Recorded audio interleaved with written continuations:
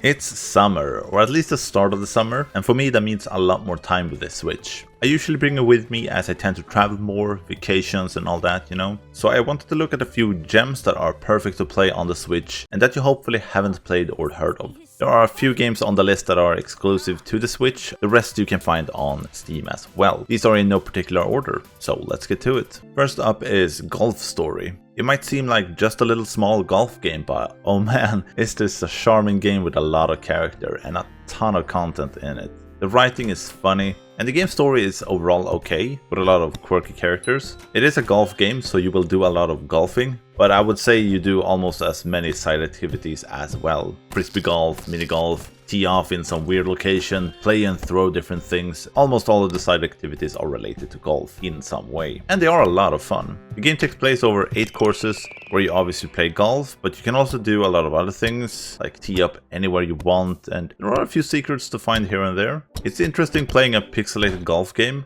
I think this is the first one I have ever played, and I think the graphics works really well. Can be a bit hard sometimes to see certain angles or slopes, but it's a minor thing. I think it's a lovely game about a golfer that gives up everything at a shot at his dreams. This one is exclusive to the Switch, so keep that in mind. Then we have Paper Trail. This is a relatively new game, just got released a few weeks back, I think. And it's a puzzle game about folding pages. A very chill game where you help the character Paige on her adventure. In the beginning it starts off very easy with just folding and joining things. The game will gradually introduce new mechanics, like contorting, spinning and twisting the pages. If you're not the best at puzzle games, there are hints and different settings to help out with this. And I can't really think of a game that does this type of puzzles, which is kind of cool. And the game's art style is gorgeous. The music fits perfectly as well. It's a really cool puzzle game that I highly recommend, and a perfect game to relax with on a summer vacation. Next up we have Bad North. This is a cool little game all about defending islands. It's kind of a roguelite RTS where you defend islands against attacking Vikings. You start off with a commander or two and their respective armies, and these commanders and their units comes in a few different types. You got sword and shield, spears and bows. The enemies will attack the islands from boats and will come from different directions. This means that you will have some time to prepare as you will see them coming. So you'll have some time to prepare and place your troops where you want them. The goal is to defend the houses on each island and not lose your troops in the process. If they die, they are gone for the remainder of the run. There is also equipment that will have a few different stat points. As I mentioned, you can recruit more commanders. The islands are also procedurally generated and have their own challenges in how you have to play around the terrain. It's a really cute but brutal game that offers a good challenge. The battles play out by themselves. You mostly relocate your troops and place them where they are needed. It sounds kind of easy, but later islands becomes challenging as you have different combinations of enemies approaching from different sides, so placing and maneuvering correctly becomes really hard. Still a really fun game and an easy game to get into. The Land Beneath Us. Also a relatively new game. It's a roguelite game. Roguelite games are the games I play the most right now, and I think the indie community has a good understanding of this genre, and they're probably easier to make than many others and grants the game a lot of content for free. The Land Beneath Us has a nice twist on the genre because your movement will determine everything in this game basically. The game is played on a grid, and when you move, the enemies move as well. So you can take your time, plan out your moves, and then if you walk into the enemy, you attack them. If you have a gun that can fire from 2 tiles away, it will shoot instead of you walking towards the enemy. This also goes for the enemy, so you want to avoid just standing still and trading blows. To make it even more interesting, you can equip 4 weapons, 1 for each direction. So that means to your left you could have a gun that fires 2 tiles away, but to the right you have a sword that hits in an arc, or upwards it's just a single blow to one of the tiles above you. It's a really neat way of adding more strategy to the game, and it works really well. Otherwise the game follows a pretty standard roguelite formula with rooms to clear, rewards to get, shops to interact with, and permanent upgrades in between runs. But a really fun game that challenges your mind a bit. Cadence of Hyrule. This is basically Crypt of the Necrodancer, if you have heard about that game, but in the Zelda universe. Both of these games are from the developer Brace Yourself Games and are rhythm games. So the cool thing here is that in Cadence of Hyrule you basically play a Zelda game, but to the rhythm of the music. They have remixed 25 tunes from the Zelda series, and I mean they all sound amazing. And you really get to listen to the music as you use the rhythm to move, attack, learn and react to the enemy's patterns. You have a few different characters in the game to play, and of course all the classic items from the Zelda series. The overworld and the dungeons are procedurally generated, so you'll have some variety in the game as well. It's a really unique experience, this game, well worth playing. It's really cool to see a different type of Zelda game. I mean, the handhelds usually experiment a bit more than the main series, or have in the past. And Cadence of Hyrule really leans into what Crypt of the Necrodancer did best and put it in a Zelda game with great success. Into the Breach. This game can look very basic and straightforward when just looking at the gameplay, but underneath lies a game that will challenge you and keep you on your toes. Into the Breach is developed by Subset Games, same developer that made FTL. And when you play this, you kind of get the feeling of FTL. It's not the same, but still kind of. Here you are fighting gigantic creatures emerging from the ground. You choose 3 pilots out of 24 or so, choose which mechs they should pilot, and the cool thing here is that pilots and mechs have different abilities and perks, which lends itself to replayability and experimentation. In the game you have 4 islands to conquer, all with different terrain and hazards. You will ever only have 3 mechs, so your options are a bit limited. The buildings on each map are your health, so they need to be protected at all costs. But you of course have to fight the enemies as well. And the game can really be intense as more enemies might emerge from the ground. There is a lot to consider in a fight.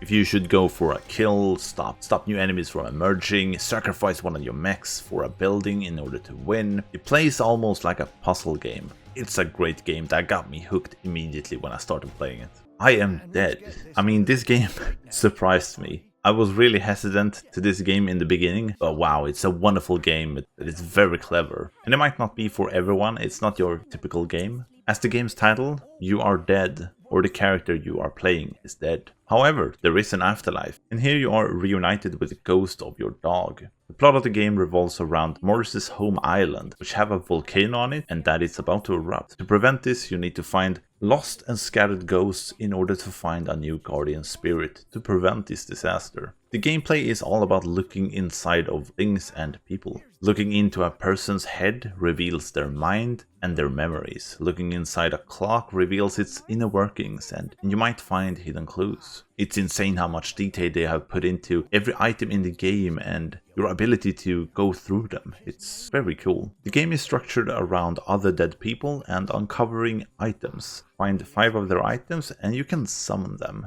To find these items, you need to find residents that knew the deceased person. Then you can take a look inside their mind to learn about these items you need to find. The game is almost like a treasure hunt, because you need to follow the clues in order to find items to be able to summon the ghost. And Morris and the dog and the other characters are a delightful bunch. It's a great game that is not your typical experience. OlliOlli World. This is a very straightforward title, all about riding skateboards. I just love the art style, like this game just pops. It looks amazing. It might look a bit childish, but the game really have a high skill ceiling that carries over from the previous title. With that being said, the game also does a great job of introducing new players, teaching you everything you need to know. It's easy to play as well, but hard to master. The perfect mix for a game. The game's story is very light, with skateboard gods looking for a new skate pro. But yeah, the characters are very charming, quirky, but it's perfect for this type of game. You have an insane amount of customization as well in the game, tons of clothes and items to unlock and pimp out your character with. This is for the most part a 2D game, or it's played in that view. Everything is created in 3D, and sometimes the maps even take advantage of this. It's kinda cool. The controls are of course excellent and easy to grasp, and yeah, I think it's a great experience even if you're not the biggest skateboard fan. Iconoclast is a cute and colorful Metroidvania. You play as Robin, a mechanic that loves fixing things and help out people. It's however not that easy to be a mechanic on this alien planet, and running into the wrong people gets Robin into a world of trouble. And she becomes a renegade. There is of course something bigger going on here, and Robin finds herself in the thick of it.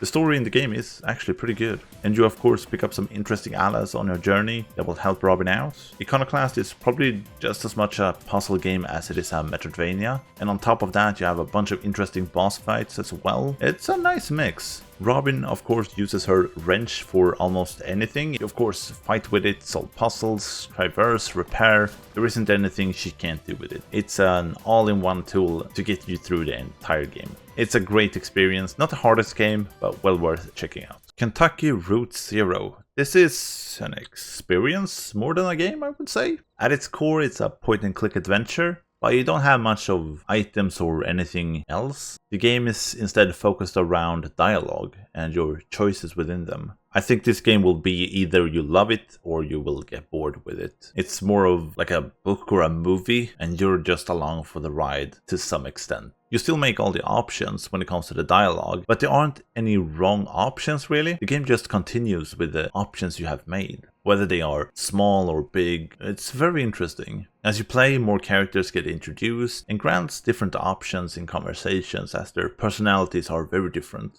It's also very cool how this game is delivered. It's not just from a character's perspective, it can be from a cat's perspective or someone in the foreground, a camera. It's a nice and refreshing way of delivering the game's narrative. The game can definitely be a bit slow and drawn out, but for the most part the dialogue is intriguing, and I mean the art style is amazing. I would say it's well worth giving a shot, but if you're here for just pure action, this isn't the game for you. Next up we have Fast RMX. I used to love the old F-Zero games. It's such a shame they haven't made a new one in forever, but that's why it's so nice we have games like Fast RMX. It's not really the same, but Fast RMX is a bit more simplistic, but I mean it's close enough. The interesting mechanic here is the boosting. You have orange and blue boost strips on the tracks, and you will have to switch between the colors in order to be able to gain boost from these strips. They've done a great job with the feeling of speed in the game, and I like the tracks in the game overall. It's a wide variety of locations and effects. I think there are over 30 courses. These are split into 10 cups, where you have 3 different difficulties for each of them, much like in Mario Kart. You also have a mirror mode called Hero Mode in this one as well, and it's a big step up in difficulty as your boost and health are kind of intertwined. As I mentioned, I like the maps overall. There are a few with a bit annoying obstacles, as they can be hard to see and dodge. One of my favorite maps is a tube one. Can't remember the name, but F-Zero has a similar one, where the whole track is basically a tube and you're going around it on the outside. I think that's just an insane idea for a track, and it plays really well. But yeah, overall a great racing game and a Switch exclusive as well. The Stretchers is a rather simple game, but hilarious. Your goal is to help people, put them on your stretcher, get them to the ambulance, and then drive to the hospital. This is a game made for 2 people, and I mean, oh boy, there is a lot of crazy fun to be had in this game. It isn't the longest or the hardest game, or the best looking one, but if you have a friend, you will have a good time in this game. The controls are simple but effective. The characters are a bit wonky, but I would say that's by design. Solving puzzles and carrying all the patients is a glorious mess with a lot of laughter.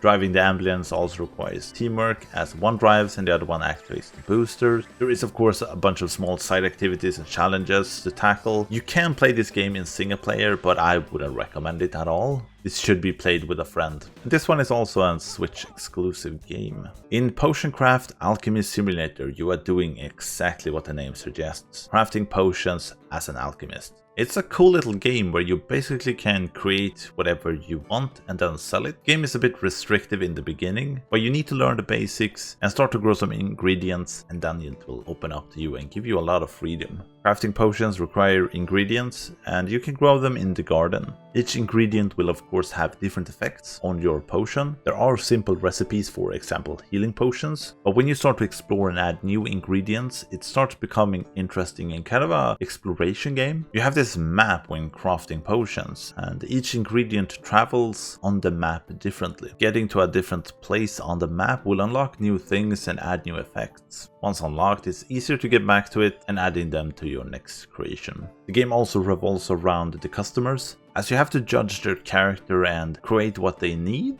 or not. You can also haggle for more money. It's a very specific game that does a small number of things really well, but it's also really fun and a cool game nonetheless. Good job, this is a crazy one. You are the child of a CEO, and it's time to climb the corporate ladder. And how do you do that, you might ask? Well, by completing tasks however you want. It only needs to be solved. For a better grade, you'll need to take into account time and damage, but that's what replays are for. The game is split into floors with a few levels on each floor. You will start off in the finance department, setting up a projector, and then in the logistic department, sort containers. Later in manufacturing, you will have to guide inspectors, and with the game ending up in the penthouse at the very top. It's a fun, relatively simple game, focused around solving tasks, and it's kind of a puzzle game in that sense. There is of course always the best way of solving the task, but getting there usually takes a few attempts. The game can also be played in co-op. The unfortunate thing here is that it's the same task and same solutions as it is in single player. It would have been so cool if there were co-op specific tasks, but nonetheless very fun in co-op as well. This one is also a Switch exclusive game. Thank you so much for watching. It's been fun putting this list together. I've been using my Switch less and less throughout the years, but summertime always means more travel for me and more time with the Switch. So I wanted to recommend some solid gems for the console. Have a great day and I'll see you in the next one. Bye!